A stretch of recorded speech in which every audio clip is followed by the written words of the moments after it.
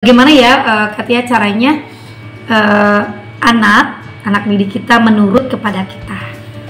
Banyak ya orang tua yang anak saya ngefans, Butia anak saya ngefans, kan itu kan lebih mudah untuk kita arahkan di sekolah. Nah, bagaimana caranya? Makanya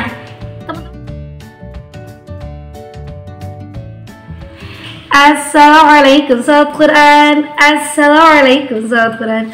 Alhamdulillahirrahmanirrahim, sahabat Quran dimanapun berada. Senang sekali hari ini kita berjumpa kembali karena Allah mentakdirkan kita berjumpa.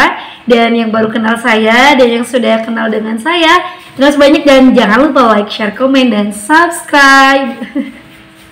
Jadi udah beberapa kali pakai kamera yang berbeda, jadi katanya harus nyentuh gitu ya. Karena kameranya berbeda lagi, semoga tidak gelap lagi. Oke, semoga sahabat kalian maupun berada sehat selalu, Allah mudahkan urusannya, dan semoga Allah berkahi segala aktivitas dan ikhtiarnya, amin ya rabbal alamin. Nah, seperti biasa sebelum dimulai, bismillah dulu. Bismillahirrahmanirrahim. Nah teman-teman, kali ini kenapa ini? Nah, Katia mau berbagi hari ini, tentang bagaimana ya Katia caranya anak didik kita menurut kepada kita, nurut sama kita. Karena kalau anak sudah suka, anak sudah nurut, dan anak sudah nggak manja kayak gue manja, maksudnya suka lah, ngefans gitu ya, istilahnya ngefans gitu kan. Banyak ya orang tua yang anak saya ngefans, Butia anak saya ngefans, kan itu kan lebih mudah untuk kita arahkan di sekolah. Nah, bagaimana caranya? Makanya teman-teman harus tonton dari awal sampai selesai ya, dan jangan di skip, nanti ilmunya setengah-setengah ya. Oke. Di sini mendung banget, gelap banget, masya Allah. Cara agar anak murid kita dekat dengan kita, nurut sama kita, dan mudah kita arahkan karena suka dengan kita, itu yang pertama kita lakukan itu adalah, betul sekali, itu kan bisa. Ini katanya gimana sih? Malah mau ngasih saran, malah saya jawab. Jadi ini sering banget dibahas juga, dan emang pengalaman Katia juga, dan orang tua yang memang melakukan hal itu. Artinya kita harus sering menyebutkan nama-nama anak-anak kita gitu di setiap doa tuh. Bahkan sebelum kita mengajar ada saat doa kan, itu sering banget Katia membayangkan wajahnya, menyebutkan nama-namanya gitu. Apalagi kalau kita belum kenal gitu ya, atau tidak ada observasi di teman-teman, belum ada perkenalan dulu. Ada yang memang langsung terjun sekolah, ada yang namanya perkenalan dulu sebelum sekolah. Nah, kalau memang belum perkenalan sekolah, ya sebutin aja nama anak-anak muridnya, sebutin. Nah, sering disebutin ya di dalam sholatnya, di dalam doa-doanya sebutin. Yang kedua, itu Katia itu selalu inovatif, artinya selalu melakukan hal-hal yang lucu. Entah itu menirukan suara robot, suara hewan, suara kartun-kartun, itu Katia selalu menirukan. Contohnya Mama Sidan. Mama kenapa ini suka banget aku, itu Katia juga suka niruin. Ya kadang SpongeBob juga, gitu. Jadi pada saat MOS itu anak-anak tuh enak gitu, seru, agar mereka mau kembali lagi sekolah. Jadi sekolah tuh tempat memang mereka menyenangkan, bukan sekolah tuh tempat mereka untuk dititipin, kamu harus mewarnai, menebalkan apa-apa. Tapi sekolah ada tempat yang menyenangkan, tempat belajar yang asik, tempat menimba ilmu yang asik. Jadi ketika MOS selama beberapa minggu itu, yaitu gurunya itu harus inovatif gitu ya. Yang pertama tadi sering menirukan, melakukan hal yang lucu. Salah satu menirukan peran kartun. Entah itu Doraemon gitu, atau Doraemon, Shinchan, SpongeBob, apalah pokoknya yang kita bisa, yang ya mungkin harus dilatih ya. Kalau yang katanya kalau nggak bisa nggak apa-apa ya, kalaupun kita lucu ya nggak harus niruin juga apa-apa, yang penting sering inovatif. Karena lucu itu tidak hanya menirukan suara-suara kartun hewan. Yang kedua, lucu itu juga bisa menirukan gerakan-gerakan hewan. Katanya suka banget menirukan gerakan onyet, gerakan ular, dilucu-lucuin gitu ya. Jadi biar anak mereka suka. Jadi pada saat sedang kegiatan inti, mamanya hari ini temanya itu tema ahlaknya itu makan sambil duduk namanya ya.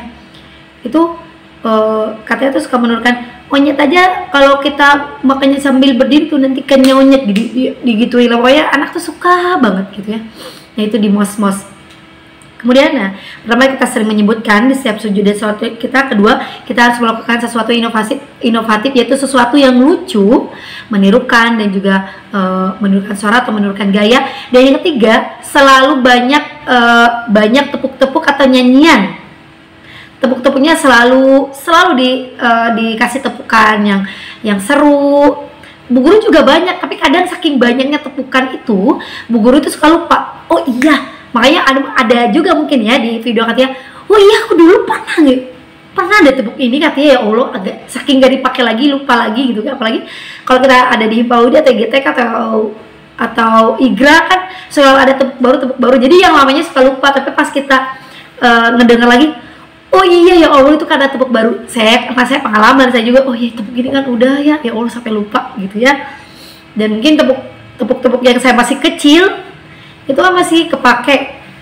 Kayak saya itu menggunakan tepuk yang aku teko kecil yang mungil. Kalau tidak salah itu dari ponakan saya yang sekarang ponakan saya udah 20 tahun. Itu kan terus tepuk Pak Ogah gitu kan.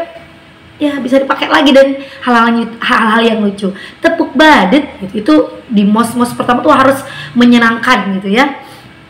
Jadi mos-mos pertama tuh harus menyenangkan, harus seru, gurunya lucu, baik hati, melayani dengan sepenuh hati, tulus gitu ya. Nah, selalu tepuk. Dan yang keempat, itu kegiatannya itu tidak benar-benar tidak memberatkan. Artinya kalau yang mos itu ya udah bermain seminggu ini full bermain, olah tubuhnya bermain aja permainan tradisional, bermain, atau seminggu ini full tentang motorik tangan, meremas-remas jadiin permainan, menebal-lebal jadiin permainan, meroncek jadiin permainan, kemudian mencocokkan jadikan permainan. Mencocokkannya tidak di LK ya, tidak di kertas, tapi mencocokkannya boleh dengan Lego, bola, barang-barang yang kita bikin lah gitu ya, boleh apa saja. Nah seperti itu sahabat Quran. Dan yang terakhir, jangan lupa agar anaknya nurut dan sebagainya ketika akan pulang. Nah ini sudah dibahas di vlognya Katia, agar yang tentang materi tentang bagaimana caranya terapi agar anaknya nurut.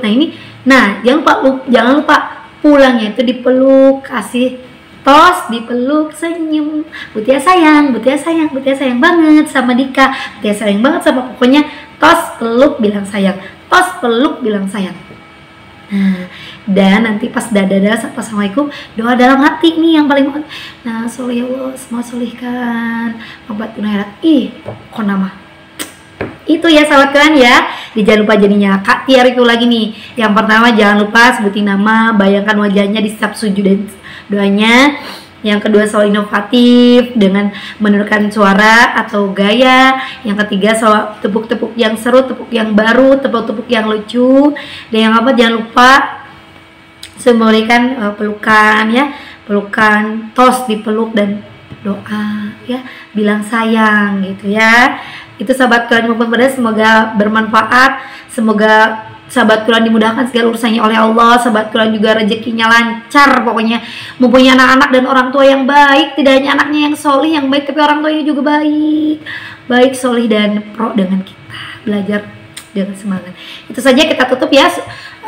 Wallahu a'lam bishawab. Subhanakallahumma wa bihamdika asyhadu an la ilaha illa anta astaghfiruka wa atubu ilaik. Assalamualaikum sahabat Quran. Assalamualaikum sahabat Quran.